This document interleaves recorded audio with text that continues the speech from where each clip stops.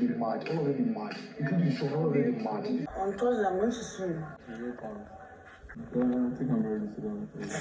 If you put body for Onyeka, I tell you, go listen. I don't have a signature. You have a problem. You were thinking all these things.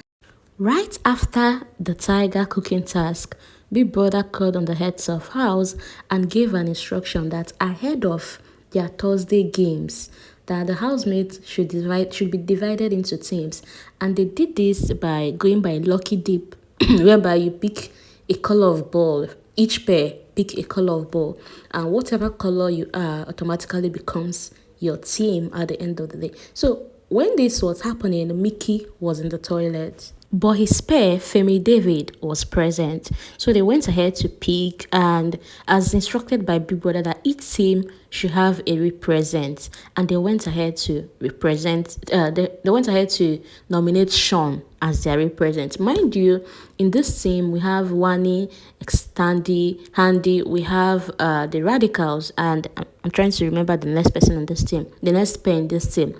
But the summary is that they picked Shaun as their representative. Now, Mickey, coming out from the loo, was like, why you do all these things without him being present? And Wani and Handy told him that, well, they went ahead to pick Shaun, that Shaun is more athletic than you.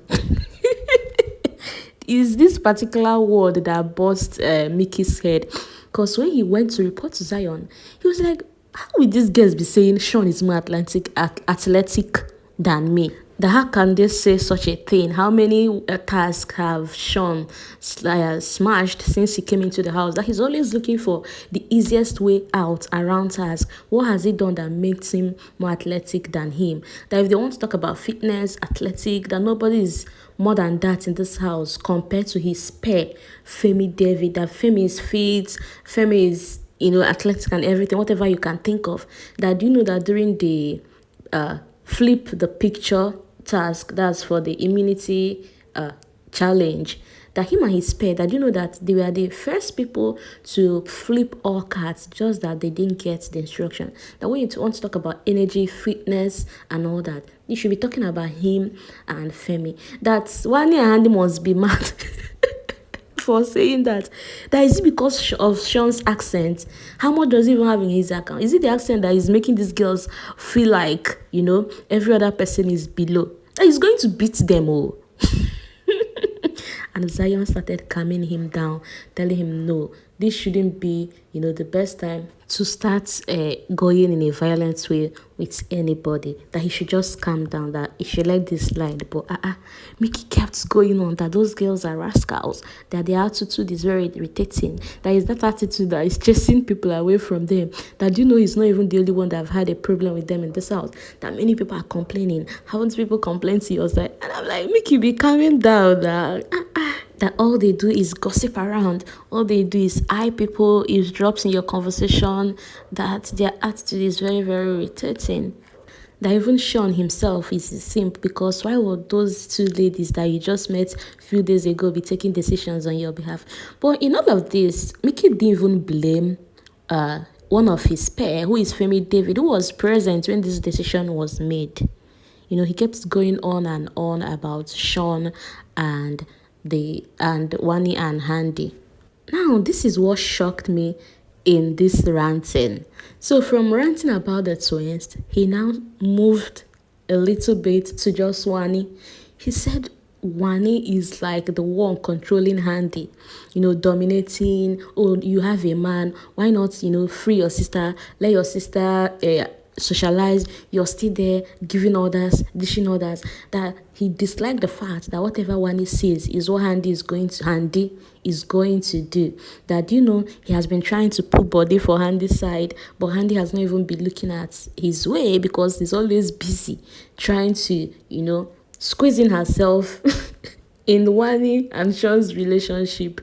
And Zaya was like, hold on, if truly you have something for Handy, that the sister shouldn't even be an obstacle. It's for you to come out plain, tell her what you want. Oh, I'm feeling you. And that trust him, Handy is looking for a sheep. that definitely if she likes you, is going to gel. But if it doesn't, then you get a feedback from her that she not just come and, assume that, oh, is Wani and Shaun occupying her, giving her orders on how to move in the house. No, that you don't do that. For a few seconds, I was like, hold on. Isn't all people that you just called rascals a few minutes ago? Waiting they play.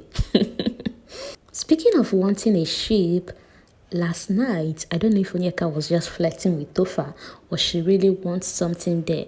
So Onyeka was having a discussion with Topher, and when Topher wants to go get in his clothes, Onyeka was like, no problem, let me take you there. And Onyeka followed Topher to the garden. On getting to the garden, Onyeka now told Topher, I want to see your stomach. I'm like, from where to from where to where? Which kind of straightforward person be this?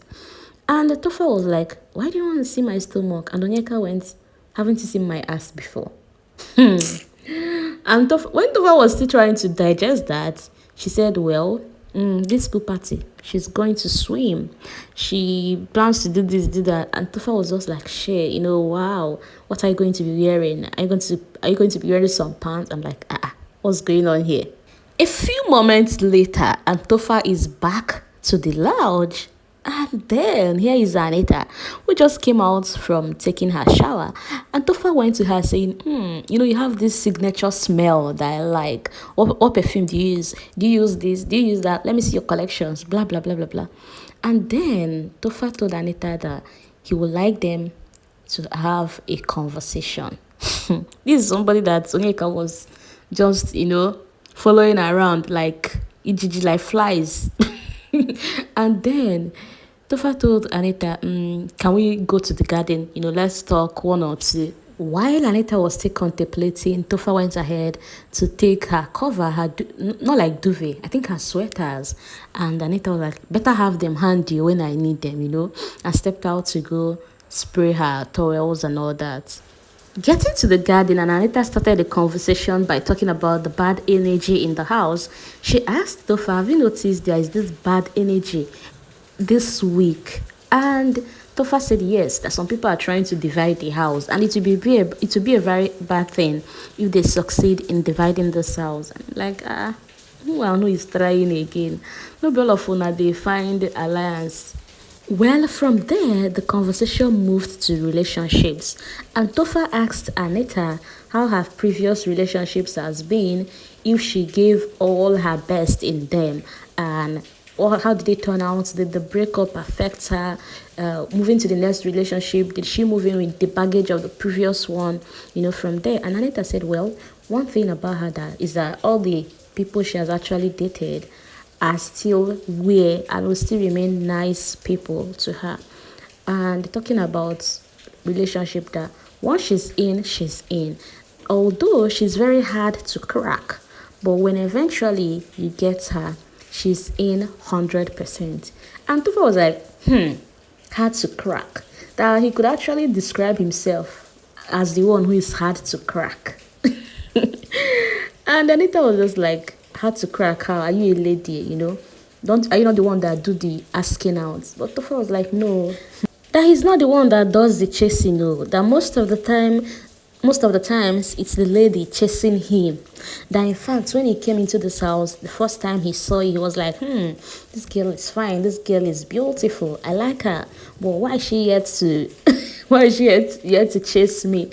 And Anita was like, hold on, so you saw me and you were having all these things in your mind that you never tried to mention it. And Topher now asked Anita, haven't Nelly told you something about me? Haven't Nelly told you I've been asking about you all this while, and I've been talking about you all this while? And Anita was like, no. And why do you even expect Nelly to start telling me about you and all that? He then told Anita that he has been expecting her to come talk to him. And I'm like, okay, President General among the nation, we salute you. Maybe you will not go to Onyeka, that will help you with the whole chasing thing. Well, speaking of Onyeka, Fairme David confided in Zion that it may seem as though he will move towards Onyeka, that he prefers Onyeka to Victoria.